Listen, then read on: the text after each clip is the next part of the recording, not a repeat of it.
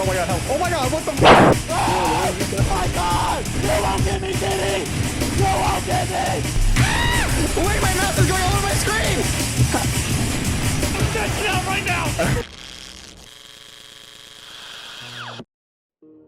Pressure. I don't think it needs an introduction, as your YouTube feed is full of it already, but to sum it up, Pressure is basically Doors, but you sprinkle in some Iron Lung, Ultra Kill and SCP. If you somehow didn't know what Pressure is, then click off the video and go play the game. I'm serious. But now, let's begin. Whether you agree or disagree, I think Doors was the previous best horror game due to the unique take on horror. Pressure, however, took what made Doors so good and turned it up to 11, so I've split this video in different sections as there is a lot to talk about, and trust me, you will want to stick all the way through. But now, let's start off with one of the lesser talked qualities Pressure has, the theme. See, the theme behind a horror game can influence the atmosphere a lot, and if done right, it will exploit things that people fear, dark area, claustrophobic places, etc. In Pressure's case, it's perfect. The deep sea. This choice made playing the game solo pretty unsettling. Random noises that occur throughout the facility really can make you uneasy. Indoors, there are a few, such as fake door knocks, fake rush sounds, and more. But in Pressure, even if you are alone, it doesn't feel like it. From screams of survivors, or even someone killing themselves, to intercom and turret sounds far away, showing that you are not the only group sent in this mission.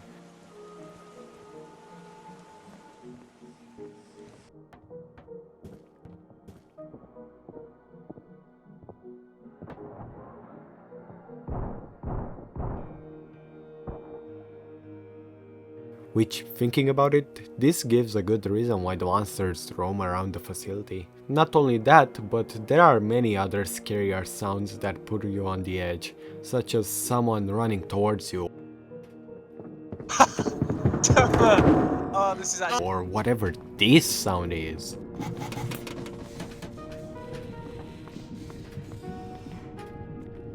And this is only the atmosphere. I haven't even gotten to talk about the threats that roam these halls, but there's time to look into that later on. The next point I wanted to bring up is replayability. Indoors, the main reason you'd replay the game is for the badges, modifiers, or the other floors it has to offer. But when I replayed Doors for this video, I was surprised to see just how often rooms repeated. Pressure doesn't have this problem, however, as they have over 700 rooms. It's awesome to see how many different variations of the same room there are, as the smallest changes make the room feel completely different. But you may think now, the way a room looks doesn't change much. Don't you get bored of the environment? And to that I say no, as there are lots of different sub-areas that you can explore in this game. That's right, completely different room types with their own environments. There are a lot of them, some more common than others, so here are some areas I've nicknamed. The underwater rooms, which allow you to swim but they muffle your audio. After that we have Subnautica, an area with glass walls which lets you see outside. Next there is Pipe Dreams, an area with claustrophobic and dark hallways. After that there's Waterfall, a zone with mostly pretty linear rooms. Servers, a godly area for hiding in plain sight. The Vine, a grassy section with lots of trees and these vine people. We will get back to those. And finally, Heavy Containment, where the hallways become gigantic and where you can find many cool things hidden around. There is also The Ridge, but we will get back to that one later on. In case it was not obvious enough already, there are also rare rooms. It's always fun finding one of these, such as the Unfinished Room, the Spider Room. Wait, what the hell is this up here?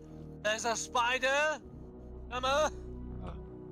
Or the Mindscape Room. Or hey, even a room full of keycards.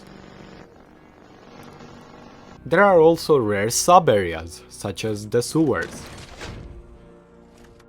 flash rooms,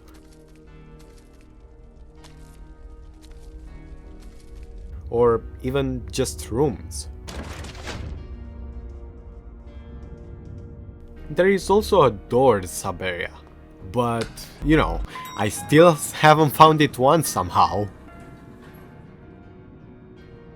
With the gigantic amount of rooms you could get in one run, I love that I can still play the game and still be like, oh look, I never had this room. For example, recently I found this room with a classic looking area where people are merged with trees. Recently I also found this cool identity fraud room that I didn't even know existed. It's cool just looking around at this and be like... The thing is, even if you find the same room twice, you are likely to say, oh hey, I got this room again, just because of how low the chances are. I've intentionally left what I consider to be the best room in the game for further in the video, as it deserves to be brought up individually. So you shouldn't miss out on that. Lastly, to end off this section, there are also sometimes special rooms where you have to either do a puzzle, such as the pipe rooms, or simply try to survive, either from turrets or the infestation. What's the infestation? Glad you asked, as I was just about to talk about him in the next part. The monsters.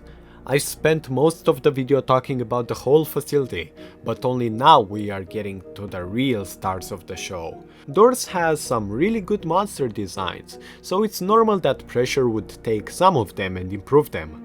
Starting off, we have the rush equivalent. That would be the angler.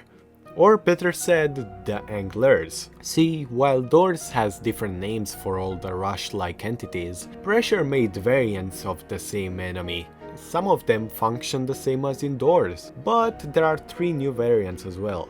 Pinky, which doesn't flicker the lights, which also means she can appear in dark rooms.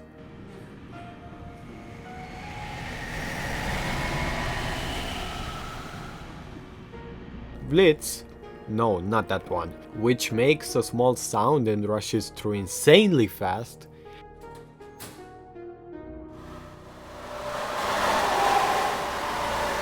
And Chainsmoker. He's the most unique cause you have to wait for him to get close, as hiding too early will kick you out of the locker and get you killed. All of these entities have a unique sound to make it easy to tell who you're dealing with. Alongside these new variants, they are also unique as they can appear whenever, not only when you open a room, and they can also appear in the door in front of you. Next up, let's take a look at eyes. This guy has had a huge improvement with its counterpart. Infestation is a shark that will spawn outside windows and will force your character to look at it, meaning you can't just stare at the ground like with eyes. This change makes it a bigger threat than before, not to mention whenever a monster decides to combo with it. And finally, for a monster similar to Dupe, we have the good people. The numbers will be exactly the same, so you can't just keep count, but there are a lot of other ways to tell which one is fake, such as breathing behind the door, seeing lines on the screen, or the screen sparking. There are 2 monsters here, one that is the mask which will attack you when you open the door, and the other a computer, similar to SCP-079.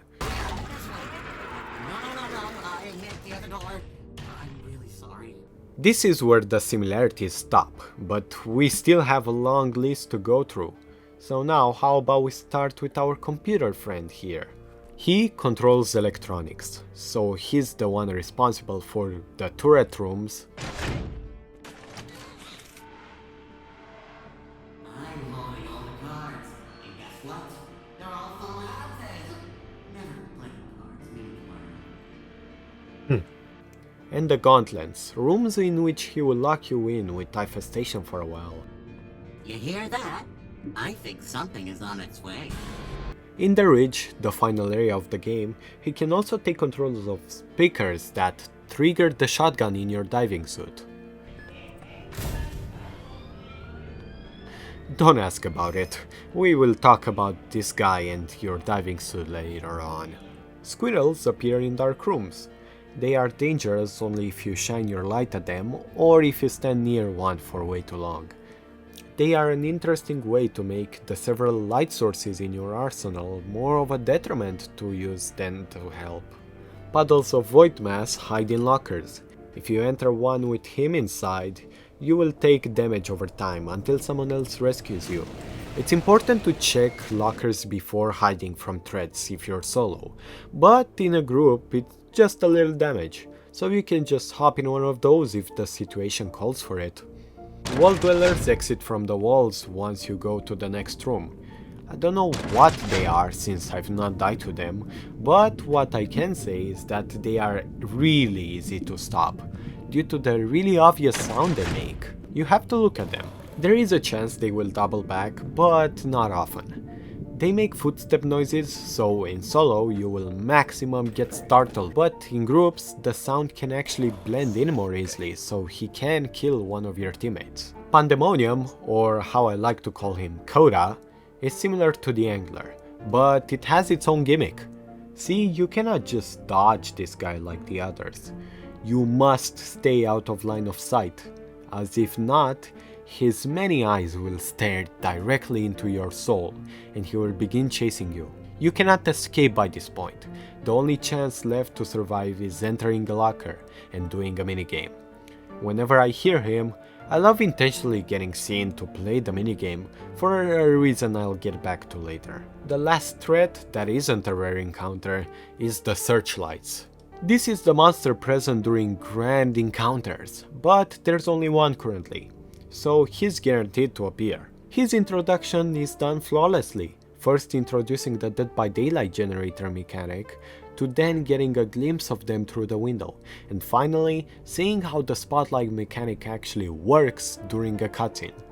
Just like Figure from Doors, the monster's mechanics are understood pretty easily if you understand what the cutscene is trying to show you. Oh hey, what's this? A document? Let's see here. Oh, how could I forget? There is one last entity that needs to be mentioned, and that would be Sebastian. He is this game's shopkeeper, selling items in exchange for documents and other types of classified information. He is really well made, as he has a lot of different things he can say depending on what you do. I'm not kidding. Meet him for the first time, he will properly introduce himself. But if you're with a friend who met him before, he will give a short summary. Forgot the keycard, he's got a line for that. Keycard's on the table, by the way. You should probably grab that before you leave. Idiot. When you buy something, he's glad and hopes to see you another time. Till next we meet. But when you don't buy anything, he's frustrated. Yeah, you're definitely gonna regret that. He will also say things regarding this. Are you stupid or something? Why are you doing that? Lastly, you never want to annoy him. First, he will give you a proper warning. Don't do Rip. that again. Disobey him and One less pawn. you kind of deserve that. Not gonna lie, he's my homie. I love this guy. I've not even gotten to mention all the things he can say in the death screen, but trust me, there is a lot. Don't worry though, as this is not the last time we will talk about him, as we can move to the next great thing about this game. The story in this game is phenomenal. Indoors, while there is a story, it's really not obvious and you have to look into the subtle details. That's why Game Theory made videos on the game. In Pressure, however, the story is easily accessible to every player from the get-go. So how did we get here? Well, we were a prisoner that was sentenced for life, but we've been offered the redemption chance if you can go in the facility and retrieve the crystal that sits in room 100. You've been equipped with a diving suit with a kill mechanism on it, in case you disobey any orders. You are always being watched through the cameras by the people from the Urban Shade. They are the ones at the intercom. So what's the deal? Well, as I said, you're tasked to get the crystal, and if you do, you are free. That's awesome, right? Well, that would certainly be awesome if it weren't for you working for the bad guys. See, this is where we go back to our friends Sebastian and the computer, and the many documents scattered around the facility, SCP style. While I'm not an expert on the SCP universe, I think the role of the Foundation is to keep the rest of the world safe, testing the SCPs just to see what they are capable of. In Pressure, it's not the same. While many monsters are kept just for the safety of others, Urban Shade is actively exploiting many of them for their own gain. If you don't believe me, recently I saw that it says this exact thing on the document if you win. So how about we go over some of these? Sebastian, a death row inmate, later found out to be innocent, was taken in and used for DNA experiments to give human gills. These inhumane experiments ended up turning Sebastian into the monster that he is today. The infestation was part of an experiment that would allow an individual to kill telepathically through eye contact. For this to work, his eyes needed to be taken out completely for hours and then put back, with no medication to ease the pain, and not to mention the mutations that followed after. I don't think I need to say how wrong this whole experiment feels. Lastly, the painter, aka computer, is a sentient AI that simply loves painting. It's all he wants to do. Once it got in Urban Shade's hands, however, he was forced to mine crypto 24/7. Only after the computer got depressed and tried taking himself out, Urban Shade offered him to mine only 6 days a week, with the 7th where he'd be taken outside to enjoy his hobby. He is to the point where his abuse is affecting his personality. Urban Shade believes this will eventually lead to him remaining a husk with no feelings and or desires, to then be used for nothing but crypto mining. These are just some of the things Urban Shade does, but there are lots others used for weaponry and or to make money. In Sebastian's document, it's detailed how he's responsible for the breach and now has teamed up with the other monsters in order to find a way to escape the site and end the torture they are going through. You winning the game is the bad ending, and sadly, for now, it's the only ending. Thing is that this isn't even half of it. Finding new documents and reading them the next time I'm in the lobby is addicting by this point. This game managed to make a great story that gets you wanting for more and to explore this world further. One of the first documents I found immediately hooked me with what the story had to offer, so I want to share it with you. This story would be about the Divine. At the moment, they don't have any way to kill you, even though there is highlighted text. It might have been left out, but the story is interesting. The Divine, contrary to what they look like, aren't humans taken over by vines. But damn, that would be cooler! They are humanoid-looking people made mainly out of vines, discovered in 1979 in the Amazon forest by a logging company. Urban Shade was made aware immediately about them and they were sent to the location, where they found about 320 of them. They took as many of them as possible over to Blacksite and were used to supply oxygen inside the facility. They convert carbon dioxide to oxygen at a rate much greater than regular trees, and the air quality is also better, as employees that go to the servers remark it feels worse to breathe.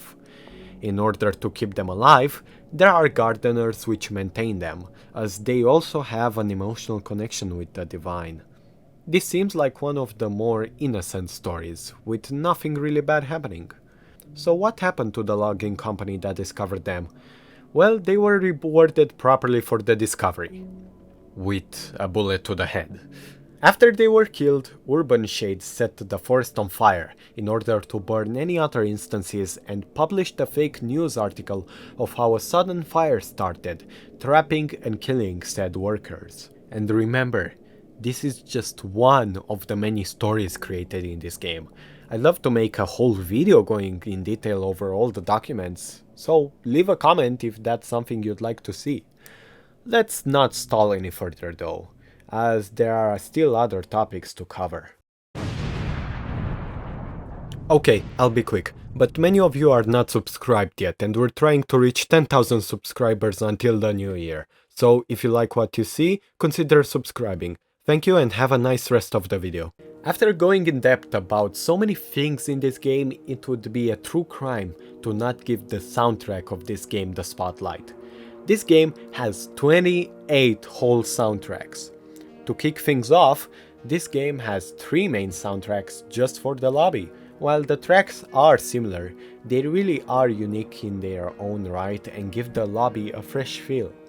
The track for when you're browsing through the documents also gives the perfect atmosphere, being a slow, toned down kind of song, which for reading, it hits the spot. A big difference from Doors is when you start out the game, you are not met with silence, as there are 4 different tracks that can play in order to begin your journey. Some can be more depressing whilst others give hope, but the common thing between all 4 is that they all set the situation of calm before the storm really well.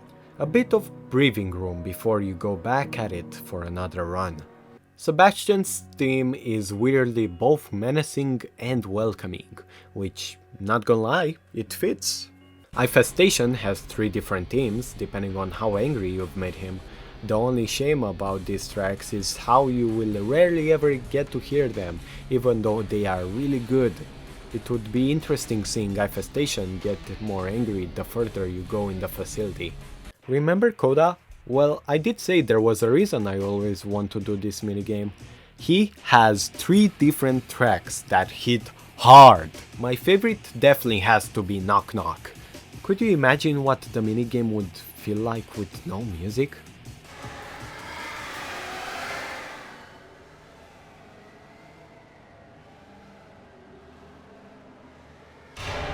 Oh god. Searchlight has a really well made theme. I struggle to describe this one well, but all I can say is the drop makes this one so good.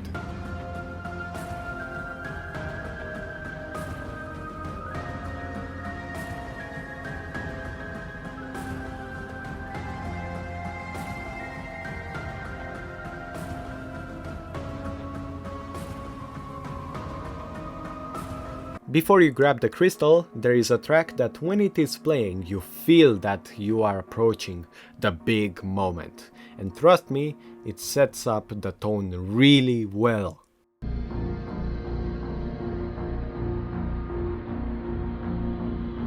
Right after that, we have a slow, menacing and atmospheric track for the rest of the ridge, called the part where we throw everything at you. Gotta love these names. And lastly, the final room. You've made it to the finale, but it's not over yet. See, similarly to the first searchlight encounter, you have to fix wires on the seafloor while a searchlight patrols. While you do so, however, this banger plays. Alright, get at it.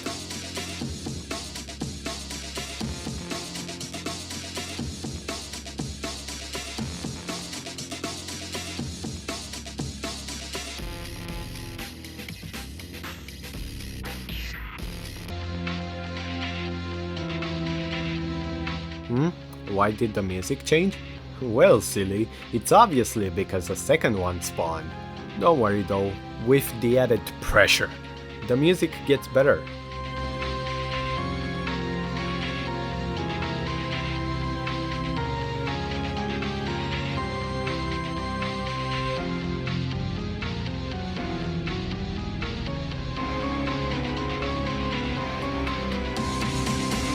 Oh, what's that?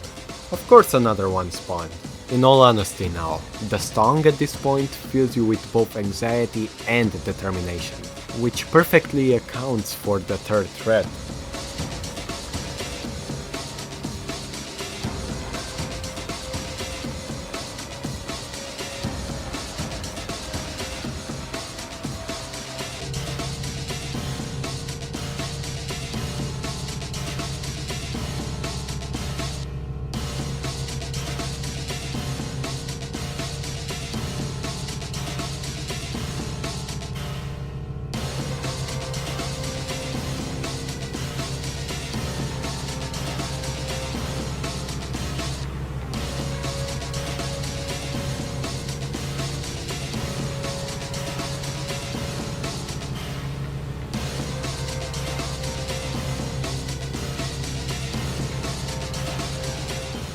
So let's say you finally fixed them all and managed to go back.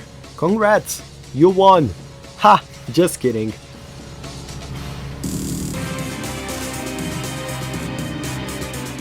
Have this epic finale of the song while you dodge the searchlights. Everything you worked for this past hour relies on this final part, and the music is there to show it.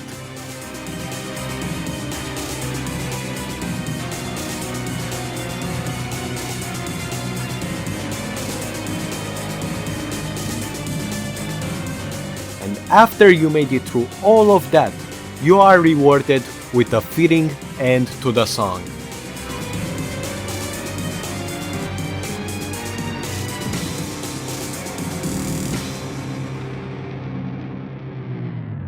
The emotional trip that this one song can take you through is insane, considering it's basically 4 songs in one.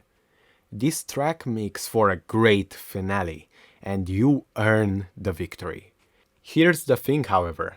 I still have something saved up for a long time now, just to talk about it in this section. The greatest room in all of Pressure, in my opinion.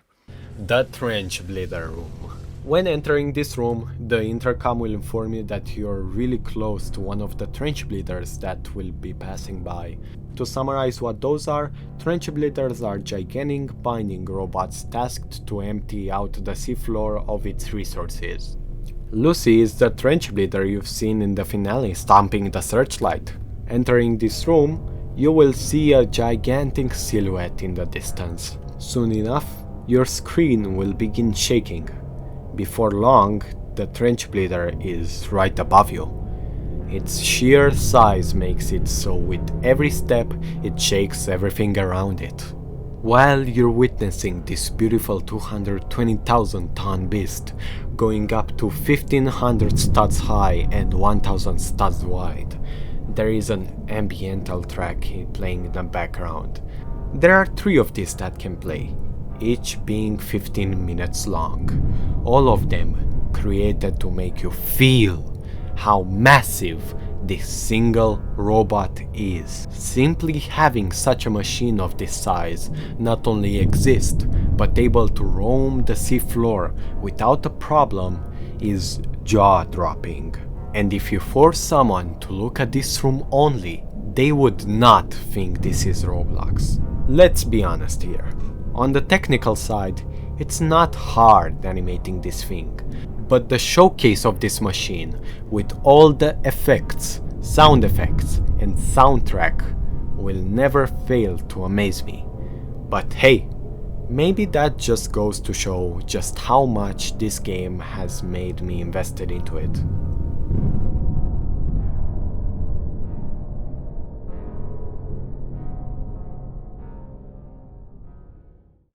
And so, I talked about every great aspect of the game, but as you might have noticed, the video isn't close to finished yet. Well, that's because I have a black screen for the rest of the video. But in all seriousness, this wouldn't be a Therma video if I didn't add one last thing to the end, which would be how fun the game is. I think after all these serious topics, you deserve some clips of simple, silly fun. So, please, enjoy. I've seen the swirly room. I've seen the mirrored room. Hey, welcome! I missed you too, buddy. I missed you too. What do you need that for? To save them from the storm. Also, are you looking up intentionally right now? Yeah. That looks hilarious. Hold on, this is a Kika room. I'm dead. Hooray!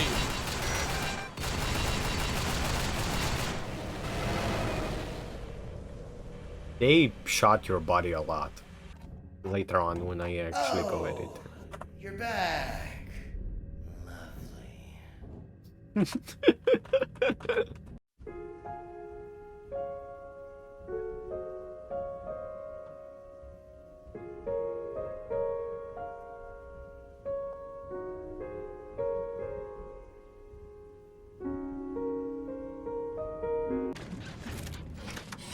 Oh, Yeah, cool. but I was about. Here's the thing. I was supposed to be This is the attacked by first time two that we get hornets this room. actually.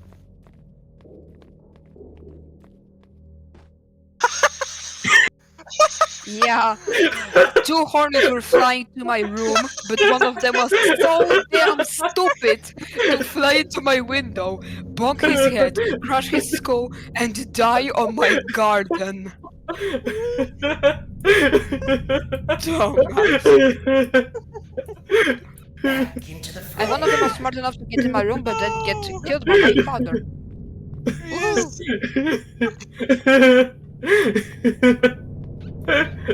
Gaby. Gaby. We're looking at the person who fell off. Bucket, I do not Looked even like you, know. but I'm pretty sure he was a mimic. I think it was a. I think it was He was a flesh mimic, Turner. He was a flesh cousin. Yeah, there's a new variant of Wonder. I saw that and my instant instinct was nope. Nuh-uh. Markiplier? Oh. Oh, hi. Get this. I found your corpse a bit ago. Great haul, lots of goodies to pillage. Took your items, replaced the batteries, good as new. Don't worry, you can have it back. You can have it back. For a price, of course. Insolent.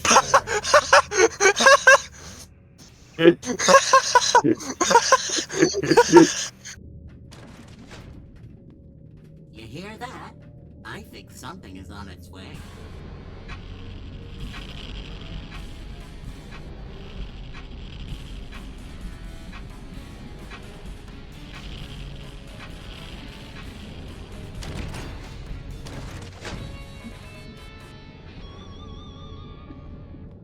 Also, I still have to find my wife.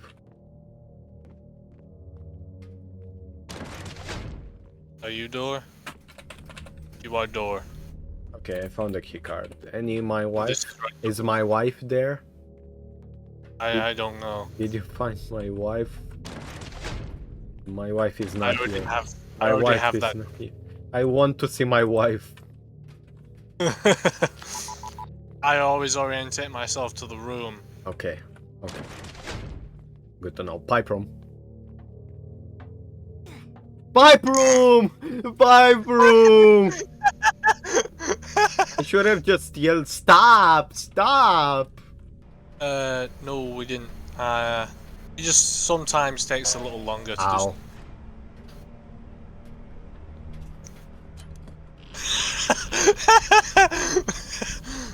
I just turn around and I'm just like, silence. I just continue walking forward. You just hear the massive ding, and just like, just like complete utter silence. Just pop. And the creature on the floor.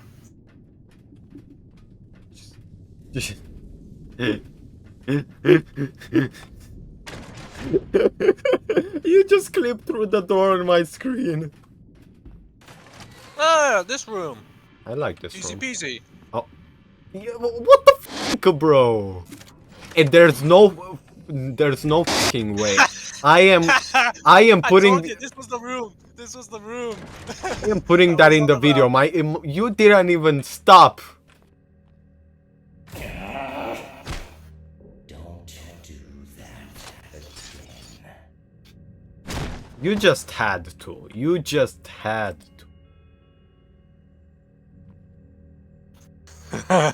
What? You have 2 medkits already? What Yeah. the f, bro? Oh, Yeah, I know, it's a funny bug.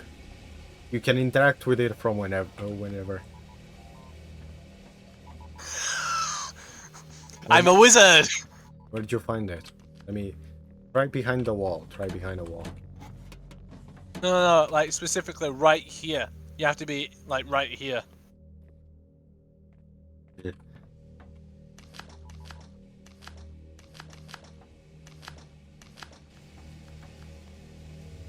Jesus fucking Christ, Green. I know what the fuck you're doing. Stop. Okay, let me open it.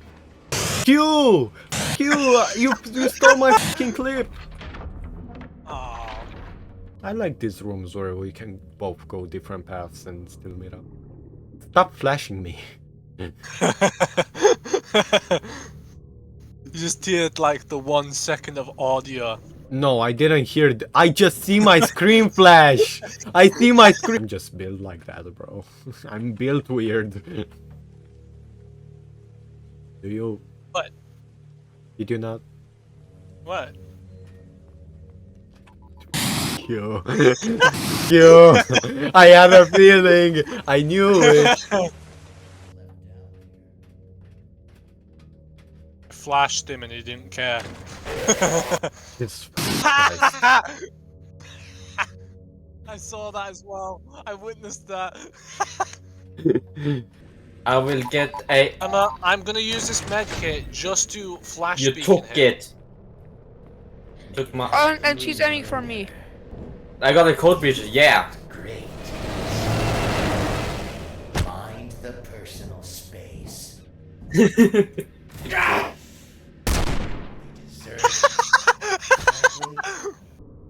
Ah. That's a front gangler. It's Ingy.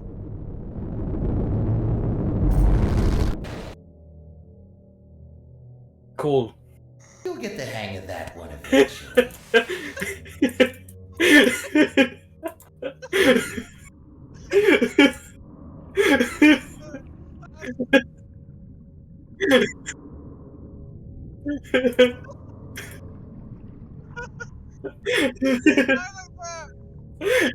The way you died. It's not the front gangler. Underwater. I know. I told you. I told you, Kendra. No way. I mean, he TP's back. He TP's back. Don't worry. I think you're forgetting You- something. He will get TP'd back. Table. I mean, stop. Y'all will die. How much damage does it deal? We don't take damage. Okay, then let's go. You don't take damage and no clipping will not.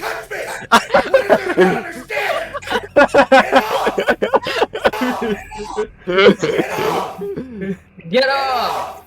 And Get off! I said don't touch Ow. me! What is there to not understand? Don't touch me! Get off! This is so sick. I said don't touch me! What is there to not understand? Get off! Toasty died. I am gonna eat wait, you. when right did now. Bucket die? Nom. Yes. Don't. What? Anyone have a flash? I fell in the vent. How did you die, Bucket? Get murked by Sebastian. No. You can drop it. Oh, Get Bucket. Right. Bucket. Hold on, Bucket. You are not gonna believe this, Bucket. Back. What's happening? Green. No. To end off the video, I wanna touch a bit over the limitless potential Pressure has. An average run of Doors takes a little over 30 minutes, while in Pressure it's over 50 minutes, unless you're speedrunning to get the badge. The lack of the Doors chases where you just skip a lot of rooms quickly, and the fact there are over 100 doors make this game feel really unique with every run. Completing the game for the first time is a good challenge. After doing that, there are also challenge badges, some more skill while some more RNG. The developers of this game are currently taking a well-deserved break after working at this game day and night for the past year and a half.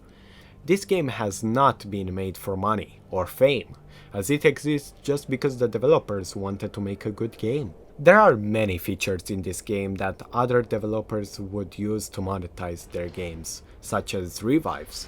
But revives in this game are buyable with the in-game currency, and you can use 2 in a game, instead of just 1, like in Doors. The great thing about this game is that it won't stay like this. The developers plan to just add more content to the already existing game.